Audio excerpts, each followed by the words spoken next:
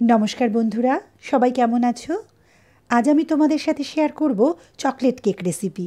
ডিম ছাড়া এই কেকটি আমি বানিয়ে দেখাচ্ছি। একটা বড় বোলে প্রথমেই নিয়ে নিলাম হাফ কাপ টক দই। এবার এতে দিয়ে দিচ্ছি 1 কাপ পাউডার সুগার।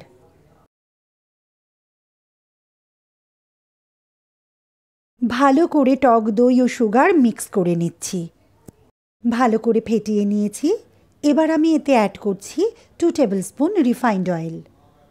আপনারা কিন্তু তেলের বদলে বাটার ব্যবহার করতে পারেন। আর একটা কথা খেয়াল রাখতে হবে যে কেক তৈরিতে কিন্তু বেশি তেলের প্রয়োজন নেই। তেল যদি বেশি হয় তাহলে কেকটা অনেক সময়ই চিটচিটে হয়ে যায়। এবার নিয়ে নিচ্ছি একটা বড় চালনি। তাতে নিয়ে নিচ্ছি 1.5 কাপ ময়দা।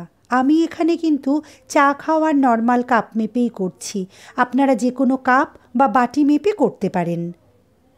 আর নিচ্ছি 1/4 কাপ কোকোয়া পাউডার, 1 চামচ বেকিং পাউডার এবং হাফ চামচ বেকিং সোডা নিলাম। নর্মাল যে চায়ের চামচগুলো হয় সেটা মেপেই কিন্তু আমি এখানে উপকরণগুলো নিলাম। এবার সমস্ত উপকরণগুলি আমি চেলে নিচ্ছি। এর ফলে কি হবে যে সমস্ত উপকরণ আমি এখানে নিলাম সেগুলি সুন্দরভাবে মিশে যাবে। এবার ভালো করে আমি বিট করে নেব। বেশ খানিকটা সময় দিয়ে 6-7 মিনিট ধরে আমি বিট করব। বিট করার সময় কিন্তু একদিকে আমি বিট করব, এলোমেলোভাবে কখনোই বিট করব না। এবার দিয়ে দেব দুধ। দুধ প্রয়োজন অনুযায়ী ব্যবহার করতে হবে। অল্প অল্প করে দুধ দেব এবং বিট করব। সাধারণভাবে 3/4 কাপ বা 1 কাপের একটু কম দুধ এই ব্যাটার তৈরি করতে লাগবে।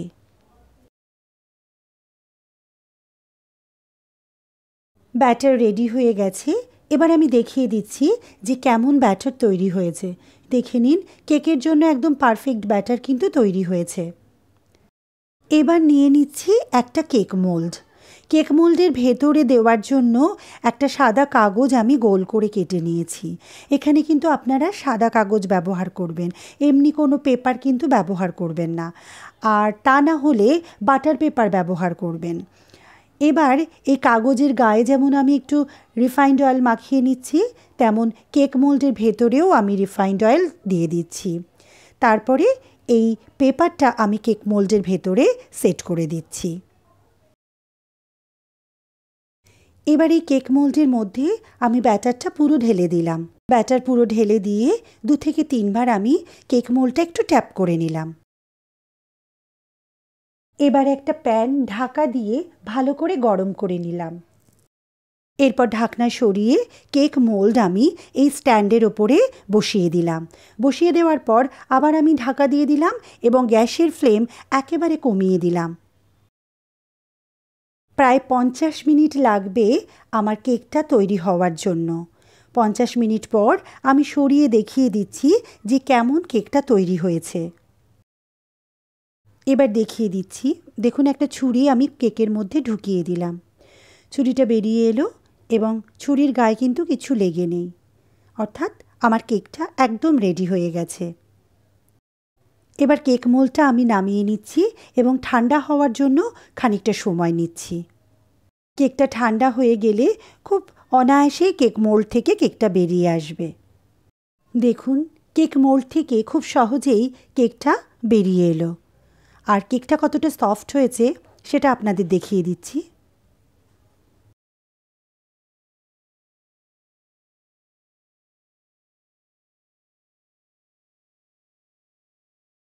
আর কেকের গায়ে যে কাগজটা ছিল সেটাও দেখুন খুব সহজেই কেক থেকে উঠে আসছে।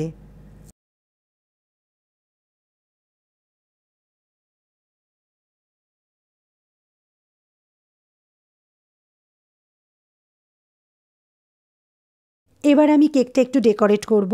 এর জন্য মিল্কি বার আমি ছোট করে টুকরো করে কেটে নিয়েছি, আর ঘরে কিছু চোকো চিপ ছিল, সেগুলো দিয়ে আমি কেকটা ডেকোরেট করছি। এবার আমি কেকটা কাটবো। কেকটা কাটলেই আপনারা বুঝতে পারবেন যে কেকের ভেতরটা কত সুন্দর হয়েছে। তো বন্ধুরা, আমার আজকের রেসিপিটা যদি আপনাদের ভালো লেগে থাকে তাহলে চ্যানেলটি সাবস্ক্রাইব করার অনুরোধ রইল। লাইক কমেন্ট করতেও ভুলবেন না কিন্তু। নমস্কার।